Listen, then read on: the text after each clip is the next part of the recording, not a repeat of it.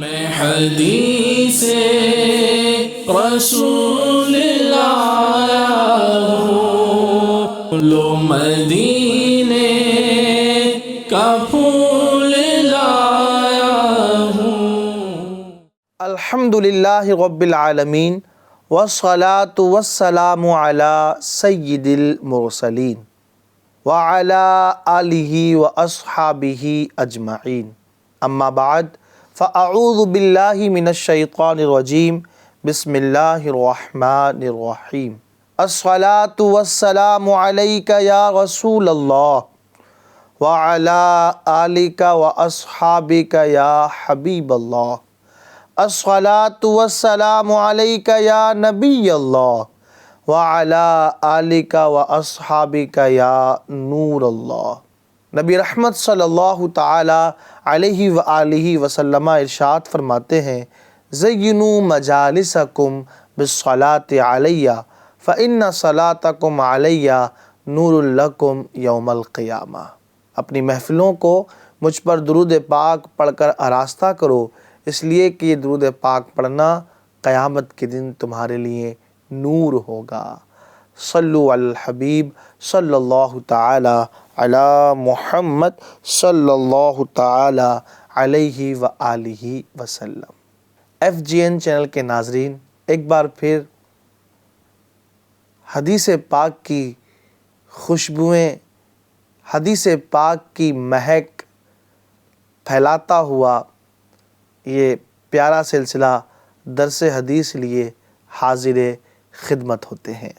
آج کی جو حدیث پاک ہے وہ ہم سب کو یقیناً بڑے اچھے انداز سے اس بات کی طرف متوجہ کرتی ہے کہ اللہ تبارک و تعالی نیت کی اچھائی کو دیکھتا ہے۔ رب تبارک و تعالی دلوں پر نظر رحمت فرماتا ہے۔ جی ہاں ناظرین، آج کا ہمارا ٹاپک بھی ہے اللہ پاک دلوں کو دیکھتا ہے۔ آئیے حدیث پاک سنتے ہیں، پھر اس حدیث پاک کا ترجمہ اور اس کے بعد اس سے ریلیٹڈ تفصیلی گفتگو سننے کی کوشش کریں گے۔ عن ابی ہریرہ عبد الرحمن بن صخر رضی اللہ تعالی عنہ قال قال رسول اللہ صلی اللہ علیہ وآلہ وسلم ان اللہ لا ينظر الى اجسامکم ولا الى صورکم ولکن ينظر الى قلوبکم۔ ترجمہ: حضرت سیدنا ابو ہریرہ عبد الرحمن بن صخر رضی اللہ تعالی عنہ سے مروی ہے کہ رسول پاک تاجدار مدینہ صلی اللہ علیہ وسلم نے ارشاد فرمایا، اللہ عز و جل نہ تو تمہارے جسموں کی طرف نظر کرتا ہے اور نہ ہی تمہاری صورتوں کی طرف، بلکہ وہ تو تمہارے دلوں کو دیکھتا ہے۔ اس حدیث پاک کی شرح میں علامہ ملا علی قاری رحمۃ اللہ تعالی علیہ لکھتے ہیں، یعنی اللہ پاک نظر اعتباری سے تمہاری صورتوں کی طرف نہیں دیکھتا، کیونکہ اس کے ہاں تمہاری خوبصورتی اور بدصورتی کا کوئی اعتبار نہیں، اور نہ وہ تمہارے اموال کی طرف نظر فرماتا ہے، کیونکہ اس کے نزدیک مالوں کی قلت یعنی کمی، کثرت یعنی زیادتی کا کوئی اعتبار نہیں، بلکہ دل میں موجود یقین، صدق، اخلاص، ریا کا ارادہ، شہرت اور بقیہ اخلاق حسنہ اور اخلاق سیئہ کو دیکھتا ہے اور تمہارے اعمال دیکھتا ہے، یعنی ان کی اچھی بری نیت کو، اور پھر اس کے مطابق تمہیں ان اعمال کی جزا عطا فرمائے گا۔ نہایہ میں ہے کہ یہاں نظر کا معنی ہے پسندیدگی یا رحمت، اس لیے کہ کسی پر نظر رکھنا یہ محبت کی دلیل ہے، جبکہ ترک نظر یعنی نظر ہٹا لینا یہ غضب و نفرت کی علامت اور پہچان ہے۔ اس حدیث پاک کے الفاظ پہ آپ غور کریں گے، اسی کو سمجھانے کے لیے علامہ ملا علی قاری رحمۃ اللہ تعالی علیہ بڑے اچھے پیرائے میں گفتگو فرما رہے ہیں۔ کہتے ہیں کہ الفاظ حدیث تو یہ ہے نا، ان اللہ لا ينظر الى اجسامکم ولا الى صورکم، کہ اللہ پاک تمہارے جسموں کی طرف اور نہ ہی تمہاری صورتوں کی طرف نظر فرماتا ہے، وَلَٰكِن يَنظُرُ إِلَىٰ قُلُوبِكُمْ، لیکن تمہارے دلوں کی طرف نظر فرماتا ہے۔ یہ اللہ پاک کے نظر فرمانے سے مراد کیا ہے، اس کو بیان فرماتے ہیں کہ یہاں نظر کا معنی پسندیدگی یا رحمت ہے، یعنی اللہ پاک نظر رحمت نہیں فرماتا، اللہ پاک پسند نہیں فرماتا، اس لیے کہ نظر جو ہے، کسی پر نظر لگائے رکھنا، بار بار انسان کسی کو دیکھتا ہے، کیوں دیکھتا ہے؟ اس لیے کہ اس سے محبت ہے نا۔ تو کسی پر نظر رکھنا یہ اس بات کی پہچان ہے کہ اس نظر رکھنے والے کو اس چیز سے محبت ہے، اور کسی سے آنکھیں پھیر لینا، نظر چرا لینا، نظر ہٹا لینا، یہ کب ہوتا ہے؟ جب اس چیز سے بندے کو محبت نہیں ہوتی۔ تو اسی کو فرمایا کہ اللہ پاک نظر رحمت فرماتا ہے دلوں کی طرف، یعنی مراد یہ ہے کہ اللہ پاک اخلاص کو، اللہ پاک بندے کے دل کے پختہ ارادوں پر نظر فرماتا ہے۔ یہ تو آپ نے علامہ ملا علی قاری رحمۃ اللہ تعالیٰ علیہ کے حوالے سے سنا۔ علامہ نووی رحمۃ اللہ تعالیٰ علیہ اس حوالے سے کیا فرماتے ہیں؟ حدیث میں فرمایا گیا کہ اللہ تمہاری صورتوں کی طرف نظر نہیں فرماتا بلکہ تمہارے دلوں کو دیکھتا ہے۔ اس کا مطلب ہے کہ تقوی صرف ظاہری اعمال سے حاصل نہیں ہوتا، بلکہ دل میں اللہ پاک کی عظمت، اس کے ڈر اور اس کے طرف متوجہ ہونے سے جو کیفیت پیدا ہوتی ہے، اس سے تقوی حاصل ہوتا ہے۔ علامہ مفتی احمد یار خان نعیمی رحمۃ اللہ تعالیٰ علیہ اس حدیث پاک کی شرح کچھ اس انداز سے بیان کرتے ہیں۔ حدیث مذکور میں دیکھنے سے مراد کرم و محبت سے دیکھنا ہے۔ مطلب یہ ہے کہ وہ تمہارے دلوں کو بھی دیکھتا ہے۔ جب اچھی صورتیں اچھی سیرت سے خالی ہوں، ظاہر باطن سے خالی ہو، یعنی صرف ظاہر اچھا ہو اور باطن برا ہو، مال صدقہ و خیرات سے خالی ہو، تو رب تبارک و تعالیٰ اسے نظر رحمت سے نہیں دیکھتا۔ اس حدیث کا مطلب یہ بھی نہیں کہ صرف اعمال اچھے کرو اور صورت بری بناؤ، بلکہ صورت و سیرت دونوں ہی اچھے یعنی شریعت کے مطابق ہونی چاہیے۔ گندے برتن میں کوئی شریف آدمی اچھا کھانا نہیں کھاتا۔ رب تبارک و تعالیٰ صورت بگاڑنے والوں کے اچھے اعمال سے خوش نہیں ہوتا۔ اگر صرف صورت اچھی ہو اور کردار برا ہو تو بھی نقصان، اگر باطنی حالت درست ہو اور ظاہری حالت شریعت کے خلاف ہو تب بھی نقصان۔ اس لیے ہمیں کوشش کرنا چاہیے کہ ہماری نیت بھی اچھی ہو، ہمارا دل بھی اچھا ہو اور ہماری ظاہری صورت و کیفیت بھی شریعت کے عین مطابق ہونا چاہیے۔ اس لیے کہ بری نیتیں جو ہوتی ہیں نا، یہ اعمال کو برباد کر دیتی ہیں۔ بری نیتیں یہ اعمال کو تباہ کر دیتی ہیں۔ آئیے اس کے متعلق میں حدیث پاک آپ کو سناتا ہوں۔ اللہ پاک دلوں پر نظر رحمت فرماتا ہے نا۔ اگر بندہ عمل کر رہا ہے لیکن دل کے اندر خرابی ہے، دل میں کجی ہے، دل کی نیت درست نہیں ہے، تو پھر دیکھیں انجام کیا ہوتا ہے۔ 3 لوگ کل قیامت کے دن بارگاہ مولا میں حاضر ہوں گے، اور پھر سنیں ان کے کارنامے کتنے عظیم ہیں، لیکن نیت خراب ہوئی، دل کی کیفیت چینج ہوئی، تو انہیں ثواب کے بجائے، جنت کے بجائے کس وعید کا سامنا کرنا پڑا، اس حدیث پاک سے سمجھنے کی کوشش کریں۔ نبی پاک صلی اللہ علیہ وآلہ وسلم نے ارشاد فرمایا، قیامت کے دن سب سے پہلے 3 قسم کے لوگوں سے سوال کیا جائے گا۔ ایک وہ جو راہ خدا میں شہید کیا گیا، تو اللہ پاک اسے اپنی نعمتیں یاد دلائے گا اور وہ ان نعمتوں کا اقرار کرے گا۔ پھر اللہ پاک فرمائے گا، تو نے ان نعمتوں کے شکر میں کیا کیا؟ وہ عرض کرے گا، اے میرے رب، میں نے تیری رضا کے لیے میدان کارزار میں اپنے آپ کو شہید کرایا۔ اللہ پاک فرمائے گا تو جھوٹ کہتا ہے، بلکہ تو یہ چاہتا تھا کہ کہا جائے فلاں شخص بہت بہادر ہے، تو یہ بات دنیا میں کہہ لی گئی، پھر اسے جہنم میں لے جانے کا حکم ہوگا اور منہ کے بل گھسیٹ کر جہنم میں ڈال دیا جائے گا۔ دوسرا وہ شخص ہے کہ جس نے علم سیکھا اور سکھایا اور قرآن کی تلاوت کی، اللہ پاک اسے اپنی نعمتیں یاد دلائے گا اور وہ ان نعمتوں کا اقرار کرے گا۔ پھر اللہ پاک فرمائے گا تجھے جو علم عطا ہوا اس کے بارے میں تیرا عمل کیسا رہا؟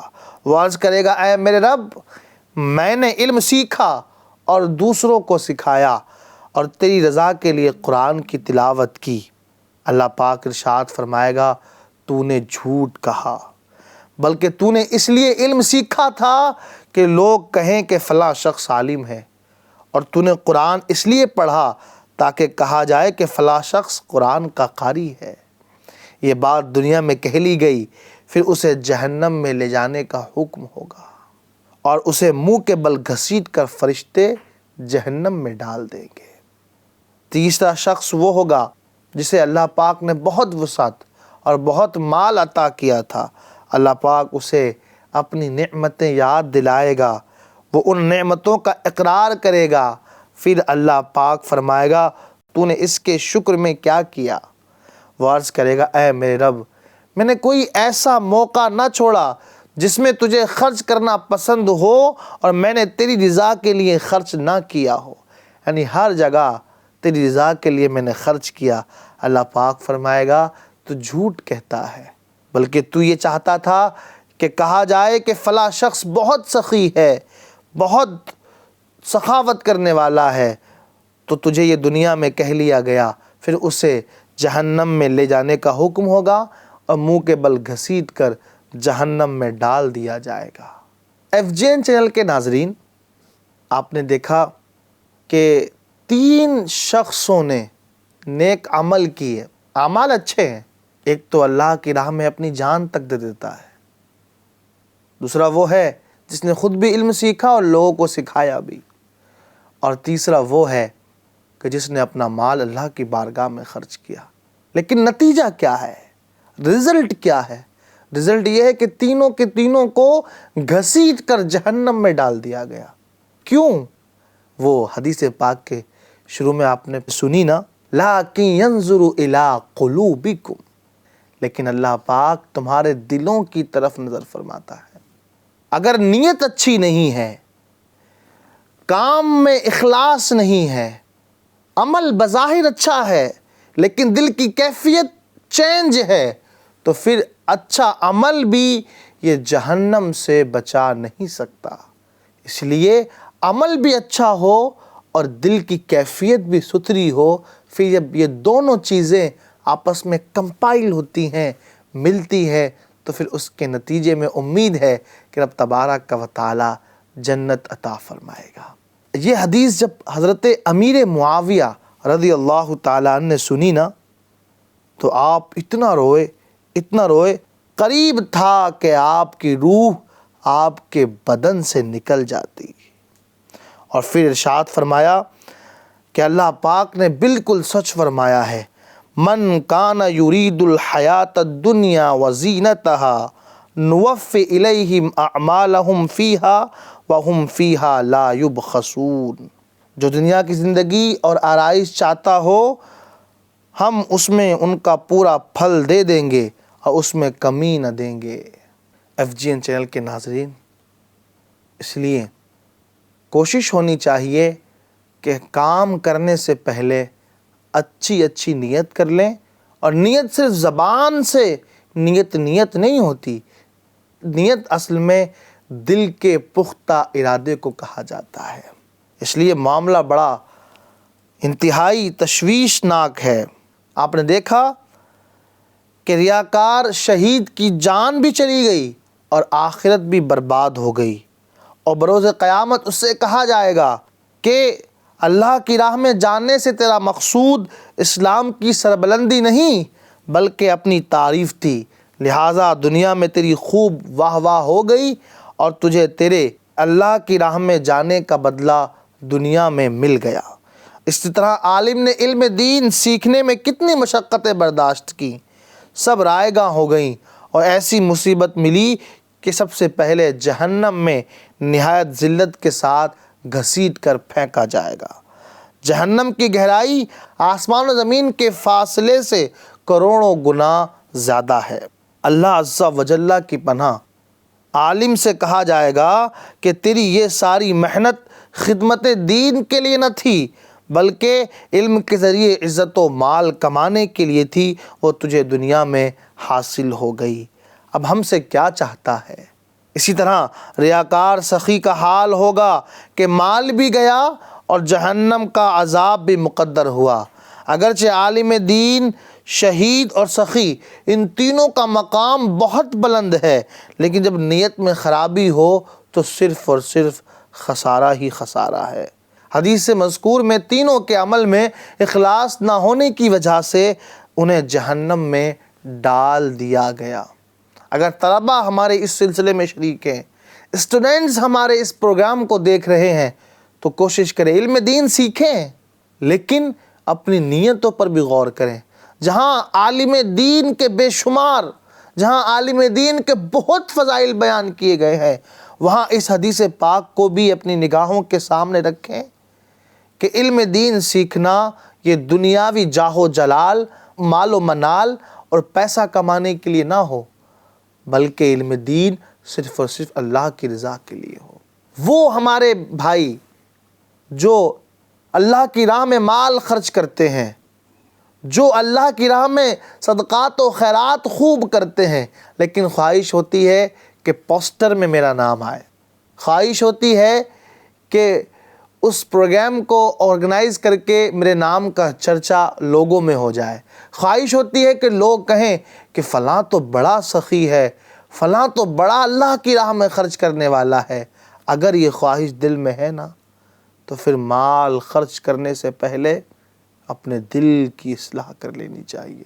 اگر یہ خواہش ہے کہ لوگ ہماری تعریف کریں، لوگ ہمیں اچھا کہیں، لوگ سخی کہیں، اللہ کی راہ میں خرچ کرنے والا کہیں، تو پھر یاد رکھیں کل قیامت کے دن ٹھکانہ کیا ہوگا۔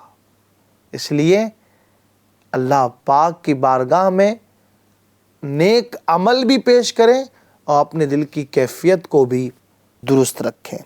اس حدیث پاک کو دیکھتے ہوئے بعض علماء کرام نے اپنی کتابوں میں اپنا نام لکھنا بھی چھوڑ دیا۔ بہت محنت سے کتاب لکھی جاتی ہے، آسان نہیں ہوتا کتاب لکھنا۔ کسی رائٹر سے، کسی آتھر سے آپ ملیں، کتنی جانفشانی اور کتنی مشقت والا کام ہے کتاب کو لکھنا۔ بہت سارے علماء نے بڑی محنت سے کتابیں لکھی، لیکن ان پر اپنا نام اس لیے نہیں لکھا کہ کہیں یہ ناموری اور نام کے شہرت کی طلب دل میں پیدا نہ ہو جائے۔ اس لیے FGN چینل کے ناظرین، دل کی کیفیات کو نیک اعمال کرتے وقت سنبھال کر رکھا کریں۔ میں آپ کو اسی سے ریلیٹڈ ایک واقعہ اور سنانا چاہوں گا۔ اگر دل کی نیت اچھی نہیں ہے تو پھر بندہ کیسی کیسی مصیبتیں جھیلتا ہے۔ اس حکایت سے امید ہے بہت کچھ سمجھنے میں مدد ملے گی۔ حضرت سیدنا منصور بن عمار رحمۃ اللہ تعالیٰ علیہ ارشاد فرماتے ہیں کہ ایک نہایت عبادت گزار، تہجد کا پابند، اللہ کی بارگاہ میں رونے والا، اعتکاف کرنے والا، روزہ رکھنے والا ان کا دوست تھا، اور صرف دوست ہی نہیں بلکہ دکھ سکھ کا ساتھی تھا۔ فرماتے ہیں اکثر ملاقات کے لیے میرے پاس آتا تھا، لیکن ایک مرتبہ کچھ یوں ہوا کہ ایک لمبا وقت گزرا لیکن وہ نہ آیا۔ میں نے معلوم کرایا تو پوچھنے پر معلوم ہوا کہ وہ سخت بیمار ہے۔ میں اس کے گھر گیا تو دیکھا کہ اس کا چہرہ سیاہ ہو چکا ہے، اس کی آنکھیں نیلی اور ہونٹ موٹے ہو چکے ہیں۔ میں نے ڈرتے ڈرتے کہا، بھائی لا الہ الا اللہ کی کثرت کر۔ اس نے آنکھیں کھولیں اور مشکل سے میری طرف دیکھا، پھر اس پر بے ہوشی طاری ہو گئی۔ دوسری مرتبہ بھی ایسا ہوا۔ تیسری مرتبہ پھر میں نے اس سے کہا، اگر تو نے کلمہ طیبہ نہ پڑھا تو نہ میں تجھے غسل دوں گا، نہ ہی کفن اور نہ میں تیری نماز جنازہ پڑھوں گا۔ یہ سن کر اس نے آنکھیں کھول لیں اور کہا، اے میرے بھائی منصور، کلمہ طیبہ اور میرے درمیان رکاوٹ کھڑی کر دی گئی ہے۔ میں نے کہا، لا حول ولا قوت الا باللہ۔ حضرت منصور اب اس سے کہتے ہیں، کہاں گئیں تیری وہ نمازیں، وہ روزے اور وہ راتوں کا قیام؟ یہ سن کر اس نے بڑی حسرت سے کہا، میرے وہ اعمال اللہ کی رضا کے لیے نہیں تھے، بلکہ میں اس لیے عبادت کیا کرتا تھا کہ لوگ مجھے نمازی، روزے دار اور تہجد گزار کہیں۔ جب میں تنہائی میں ہوتا تو چھپ کر، برہنہ ہو کر، یعنی کلاتھ لیس ہو کر شراب پیتا اور نافرمانیوں سے اپنے رب عز و جل کا مقابلہ کرتا۔ ایک عرصے تک گناہوں کا یہ سلسلہ جاری رہا، پھر میں ایسا شدید بیمار ہوا کہ بچنے کی کوئی امید نہ رہی۔ میں نے قرآن پاک منگوا کر پڑھنا شروع کیا۔ جب سورہ یاسین تک پہنچا تو قرآن کریم کو بلند کر کے بارگاہ خداوندی میں عرض کی، اے اللہ، اس قرآن عظیم کے صدقے میں مجھے شفا عطا فرما، میں آئندہ گناہ نہیں کروں گا۔ اللہ پاک نے میری دعا قبول کی اور میں صحت یاب ہو گیا۔ پھر شیطان لعین نے مجھے میرے رب کریم سے کیا ہوا وعدہ بھلا دیا اور میں عرصے دراز تک گناہوں میں پھر سے مشغول ہو گیا۔ پھر دوبارہ مجھ پر شدید بیماری مسلط کر دی گئی۔ جب موت کے سائے گہرے ہونے لگے تو میں نے پھر قرآن کریم کا واسطہ دے کر کے معافی اور صحت کی بھیک مانگی۔ میرے کریم رب نے، میرے کریم پروردگار نے مجھے پھر شفا عطا فرما دی، لیکن میں پھر سے نفسانی خواہشات اور نافرمانیوں میں پڑ گیا۔ میں نے پھر قرآن پاک منگوایا اور پڑھنے لگا تو اس بار ایسا ہوا کہ میں ایک حرف بھی نہ پڑھ سکا۔ اب میں سمجھ گیا کہ اللہ پاک مجھ پر سخت ناراض ہے۔ میں نے قرآن کریم ہاتھ میں اٹھا کر عرض کیا، یا اللہ، اس مصحف شریف کی عظمت کا صدقہ مجھے اس بیماری سے شفا عطا فرما۔ تو میں نے ہاتف غیبی کی یہ آواز سنی، جب تجھ پر بیماری آتی ہے تو توبہ کر لیتا ہے، جب تندرست ہو جاتا ہے تو پھر گناہ کرنے لگتا ہے، مرض بڑھتا ہے تو روتا ہے، اور قوت ملنے کے بعد پھر نافرمانیوں میں مبتلا ہو جاتا ہے۔ کتنی ہی مصیبتوں اور آزمائشوں میں تو مبتلا ہوا، مگر اللہ نے تجھے ان سب سے نجات عطا فرمائی۔ اس کے منع کرنے اور روکنے کے باوجود تو گناہوں میں ڈوبا رہا اور عرصہ دراز تک تو غافل رہا۔ کیا تجھے موت کا خوف نہ تھا؟ تو عقل اور سمجھ رکنے کے باوجود گناہ پر ڈٹا رہا اور تو اپنے اوپر اللہ کا فضل و کرم بھول گیا۔ خوف خدا سے نہ کبھی تجھ پر کپ کپی طاری ہوئی، نہ تیرے آنسو بہے۔ کتنی مرتبہ تو نے اللہ سے کیا ہوا وعدہ توڑ ڈالا، بلکہ تو ہر بھلائی کو بھول گیا۔ دنیا ہی میں تجھے بتایا جا رہا ہے کہ تیرا ٹھکانہ قبر ہے۔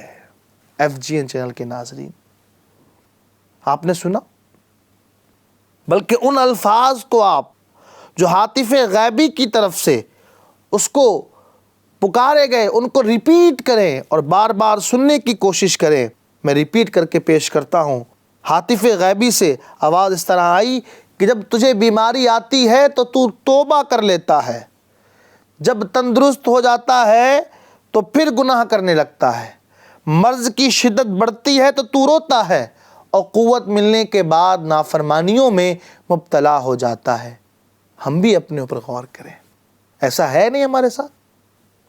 جب بیماری آتی ہے تو اللہ یاد آتا ہے، جب ٹانگیں جواب دے جاتی ہیں تو اللہ پاک یاد آتا ہے، جب بدن کمزور ہو جاتا ہے تو اللہ پاک یاد آتا ہے۔